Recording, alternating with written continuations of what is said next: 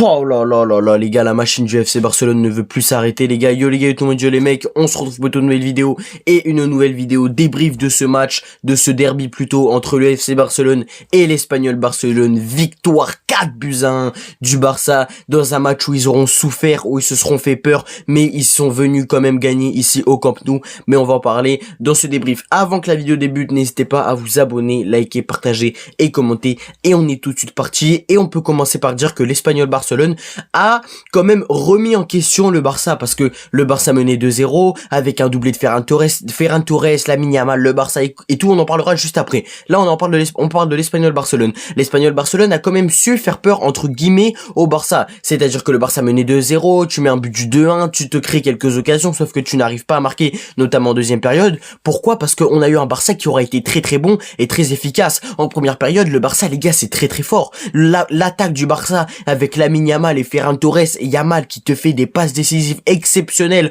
entre le corner et l'extérieur, et Ferran Torres qui n'avait plus marqué depuis février, fin février ou début janvier je crois, ou fin février pardon, je ne sais pas, mais Ferran Torres n'avait plus marqué depuis longtemps, et là en plus il revient avec un doublé. Ferran Torres, très très bon match aujourd'hui. Alors je ne pense pas qu'il sera titulaire en Ligue des Champions face à l'Atlético, mais Ferran c'est très très rassurant aujourd'hui. On a eu un Lamine Yamal exceptionnel encore une fois, un Lamine Yamal qui a pris le jeu à son compte, qui a fait des dribbles aujourd'hui, c'est 2 passes D et un but où il célèbre avant et tout. Franchement les gars, Lamine Yamal, juste après je ferai un petit discours uniquement pour Lamine Yamal, juste après pour Lamine Yamal.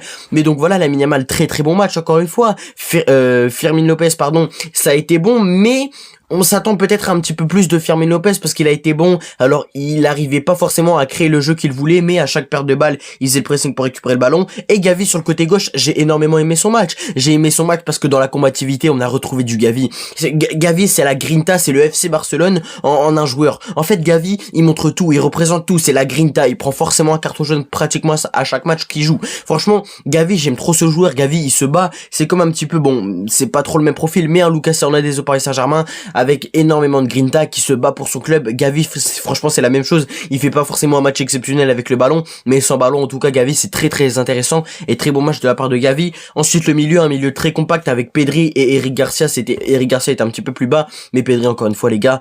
Par contre Pedri et Yamal qui jouent 90 minutes, ça c'est pas forcément la meilleure des solutions qu'a trouvé Hansi Flick, parce qu'il y a un match face à l'Atlético qu'il faut préparer, peut-être le repos c'est important, mais là aussi c'était important de gagner ce match, ce derby. Donc en tout cas Pedri au milieu de terrain ça a été très bon, il a fait en tout cas la liaison de la défense à l'attaque comme il a l'habitude de faire. Pedri a été très bon à récupérer beaucoup de ballons et s'est même créé quelques occasions. Donc Pedri très très bon encore une fois, mais les gars je vais pas à chaque fois, à chaque débrief du FC Barcelone dire ah ouais Pedri a été très bon. Pedri on le sait, Pedri on est habitué qu'il est très bon, qui fait du bien au FC Barcelone, que quand il est pas là, d'ailleurs ce n'est pas le seul joueur, mais quand il est pas là, eh ben il y a un truc en moins. Eric Garcia au milieu de terrain, il était un petit peu plus bas, il a pris un carton jaune, mais il était un petit peu plus bas. Eric Garcia, j'ai un petit peu moins aimé son match, mais parce que quand t'as Pedri à côté de toi, t'es forcément dans les meilleures circonstances et t'es forcément en dessous de ce joueur qu'est Pedri, parce que Pedri est exceptionnel. Ensuite la défense, Baldé, Gérard Martin, j'ai pas trop aimé. Alors Gérard Martin est sorti à la mi-temps parce qu'il y a suite une torsion qui s'est fait vraiment tout seul, le mec est un petit peu stupide, mais bon c'est pas grave. Et Baldé sur le côté gauche, j'ai pas trop aimé, j'ai plus aimé l'entrée de Joao Cancelo quand il est rentré. Il a apporté un petit peu plus offensivement que Baldé. Baldé il a essayé d'apporter offensivement, mais j'ai pas trop aimé le match de Baldé. Il n'arrivait pas à faire tout ce qu'il voulait faire offensivement notamment. Donc Baldé ce sera un petit peu en dessous dans mon estime sur ce match là, parce que j'ai pas trop kiffé. Mais en tout cas Joao Cancelo, son entrée elle est à souligner parce qu'elle est très très bonne. Et Gérard Martin, comme je l'ai dit juste avant, il est sorti à la 45e minute de jeu à la mi-temps, donc compliqué un petit peu d'évaluer son match, mais quand il joue avant c'était Gérard Martin dans l'ensemble, c'était normal. Koubarsi qui a été titulaire et Araujo qui a été titulaire sur le côté droit, pas de Jules Koundé. Il peut avoir des surprises entre guillemets dans cette compo du FC Barcelone, parce qu'on a quand même un Lamine Yamal qui est titulaire, on a un Pedri, alors que peut-être ils vont jouer avec des champions. Fermin on ne sait pas s'il va la jouer ou pas, s'il va être titulaire. Donc on a peut-être on a eu très clairement, c'est pas peut-être, on a eu des surprises. Pedri qui joue 90 minutes, Yamal qui joue 90 minutes, ça ce sont des surprises d'Hansi Flick, parce qu'on n'a pas l'habitude de voir ces deux joueurs jouer 90 minutes avant de jouer un quart de finale retour à l'extérieur. Donc Peut-être que ça a été mal géré de la part de Hansi Flick. Après, à tout moment, il savait ce qu'il faisait. Après, comme je l'ai dit aussi, c'était très important de gagner ce match-là, parce que là, tu gagnes ce match-là, mais c'est sûr à 99% que t'es champion d'Espagne. Tu pourras même être champion d'Espagne pendant le Classico le 10 mai prochain. Donc ça, c'est important pour le FC Barcelone. Mais si on revient sur le match de Cubarsí, très très très bon match, hein. Encore une fois de Cubarsí, dont on ne parle pas assez, mais parce que il fait quelques erreurs par-ci par-là. Mais Cubarsí, encore une fois, aujourd'hui, ça a été très bon défensivement. Malheureusement, il sera pas, malheureusement pour le Barça, hein, il sera pas là contre l'Atlético match retour parce qu'il s'est pris un carton rouge, mais c'est con pour Cubarsí, mais en tout cas le match d'aujourd'hui est très très bon. Et Araujo sur le côté droit, j'ai bien aimé Araujo qui a essayé d'apporter avec Lamine Yamal. Alors Lamine Yamal, on sait qu'il se sent mieux quand c'est Koundé et qu'il est plus dans ses folies quand c'est Koundé, mais avec Araujo il a essayé quand même des fois de combiner. Je me souviens notamment d'une action en première mi-temps sur le côté droit, il fait une talonnade, ça passe en petit pont, Araujo derrière il contrôle un petit peu bizarrement et puis après il sort de ses contrées, mais j'aime bien un petit peu, j'ai bien aimé ce duo Araujo Lamine Yamal, mais ce n'est pas du tout le seul duo que j'ai aimé, parce que le duo également que j'ai aimé, c'est le duo Lamine Yamal Ferran Torres, parce que beaucoup disent que ouais, Lamine Yamal c'est pas du tout la même chose avec et sans Rafinha, Lamine Yamal est nul sans Rafinha, Lamine Yamal n'est pas du tout le meilleur joueur du monde, il y a Michael Olise. Au bout d'un moment, calmez-vous, parce que les gars, on va très très vite clore un débat. Lamine Yamal est le meilleur joueur du monde. Derrière, il y a peut-être Olise, enfin c'est même sûr qu'il y a Olise, mais Lamine Yamal est le meilleur joueur du monde. Alors oui, je sais qu'Olise a peut-être marqué aujourd'hui, mais les gars, Lamine Yamal, en fait, quand je vois Lamine Yamal et quand je vois Michael Olise, je vois une différence. Alors je ne vois pas une classe d'écart, mais quand je vois Lamine Yamal, il nous procure des émotions, il fait des dribbles qui procurent des émotions, tandis que quand je vois Michael Olise, je vois quelqu'un qui est nonchalant. Alors certes, je vois quelqu'un qui fait des beaux gestes, qui fait beaucoup de passes décisives, qui marque beaucoup de buts et des beaux buts notamment, mais je vois pas, en fait, Lamine Yamal et Michael Olise, je ne vois pas le même profil. Alors je vois deux profils qui aiment bien dribbler, mais quand tu vois Lamine Yamal, t'as plus de folie. Lamine Yamal qui fait plus de crochets, mais ces crochets, c'est pas il les fait sur place, il les fait en avançant. Lamine Yamal est beaucoup trop fort. Lamine Yamal, pour moi, apporte plus qu'un Michael Olise, parce que Lamine Yamal, c'est 22 passes décisives et 20 buts cette saison, ou l'inverse. C'est exceptionnel. À 18 ans, il réalise ça, Lamine Yamal, c'est totalement fou. Alors Michael Olise, ok, il fait une saison exceptionnelle, mais pour moi, s'il y a un top 2 ballon d'or, c'est Lamine Yamal en premier et Michael Olise en troisième, peut-être après en deuxième, pardon, et le troisième, ça se dépend avec Harry Kane, Mbappé. Bref, Lamine Yamal encore une fois exceptionnel, et le duo avec Ferran Torres aujourd'hui a été très intéressant parce que il combinait bien. Alors oui, on dit que, encore une fois, je le répète, mais ce Rafinha, Lamine Yamal n'est pas la même chose, enfin n'est pas le même joueur, pardon. Alors ça c'est totalement réel, hein. Lamine Yamal est un petit peu moins bon avec et sans Rafinha.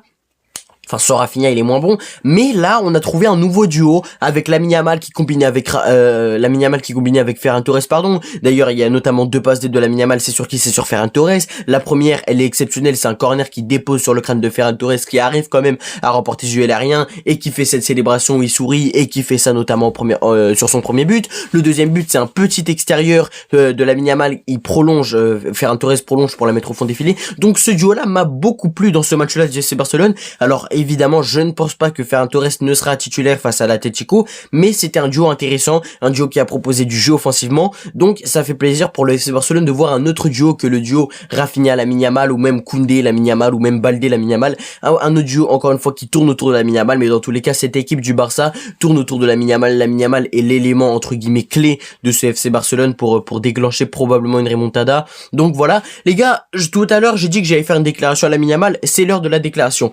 Alors Lamine Yamal, c'est un joueur très très bon. Lamine Yamal, encore une fois, je l'ai dit, je le répète, il est pour moi meilleur que Michael Olise. Lamine Yamal ajoute plus de folie à un match de foot que Michael Olise, je trouve. Mais Lamine Yamal, à un moment, s'il te plaît.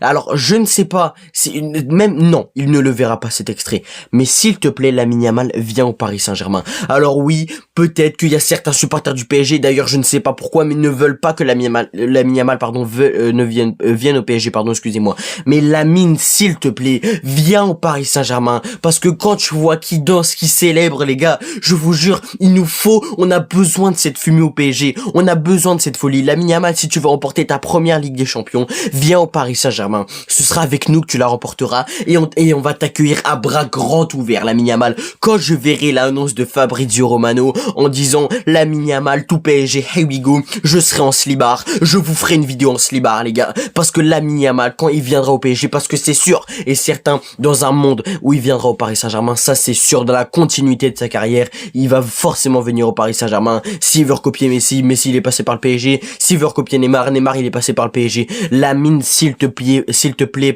viens au Paris Saint-Germain, et pourquoi pas l'été prochain, parce qu'on a appris que le PSG aimerait faire un grand mercato l'été prochain. Alors Lamine Yamal, le joueur que tu es, la folie que tu es, notamment aujourd'hui, que tu as apporté encore une fois une goutte de folie à ce match-là, s'il te plaît, viens au Paris Saint-Germain, on a besoin de cette fumée-là.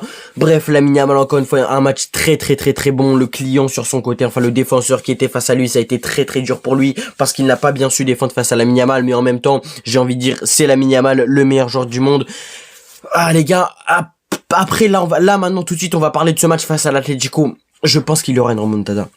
Je vous spoil, les gars, il y a la vidéo prono, qui va sortir demain à 17h30. Je vois une remontada du FC Barcelone, et ça se prouve encore une fois aujourd'hui. Ça se prouve que le Barça a cette grinta-là. Ça se prouve que le FC Barcelone a ce niveau-là, et peut atteindre un niveau très bon, très haut, pour aller faire chier cette équipe de l'Atlético. Parce que là, ce soir, il y a l'Atlético qui joue, mais le Barça, les gars, là, ils mettent 4-1 en derby, ils reprennent de la confiance, et ça va faire mal. Je vois une remontada. Pour moi, les gars, je vais même aller plus loin de mon propos que la vidéo qui va sortir demain, je vois une humiliation du Barça, et je vois aucun monde, dites bien, je vous dis bien, aucun monde où le Barça sort face à l'Atlético. C'est impossible, même s'il gagne avec une main, avec un penalty, avec je ne sais pas au tir au but, il y a aucun monde pour moi où l'Atlético élimine le Barça, parce que voir l'Atlético en demi-finale de Ligue des Champions c'est très rare, mais voir le Barça en demi-finale de Ligue des Champions, pour moi les gars c'est évident, et pour moi il y a aucun monde où le Barça se fait sortir face à l'Atlético. Bref, je ne vais pas faire une vidéo avant match, la vidéo sort demain et tout avec Yanou, même je sais pas si je vous l'ai dit juste avant, mais en tout cas là je vous le dis, je vous le confirme, la vidéo sortira avec Yanou. Là juste après je vais aller faire le débrief, le montage pardon. Bref, donc voilà, le FC Barcelone, encore une fois, si on revient sur ce match, très fort, 4-1 face à l'Espagnol Barcelone qui a cru à un moment pouvoir faire une remontada, mais finalement la remontada a été annulée. Donc franchement, le FC Barcelone, encore une fois, très confiant, je pense, avant ce match-là, et on verra tout ce qui se passera au match retour. C'est la fin de cette vidéo, n'hésitez pas à vous abonner, liker, partager, commenter. On a parlé un petit peu de tout, on a fait débrief de ce match-là, évidemment, ce qui est le sujet principal. On a parlé du match Barça-Atlético, on a de Atlético Barça pardon, et j'ai même fait une déclaration sur Lamine Yamal. Bref, c'est la fin de cette vidéo, n'hésitez pas à vous abonner, liker, partager et commenter. Merci à toutes les personnes qui auront fait ces choses-là. À très bientôt. Bye bye.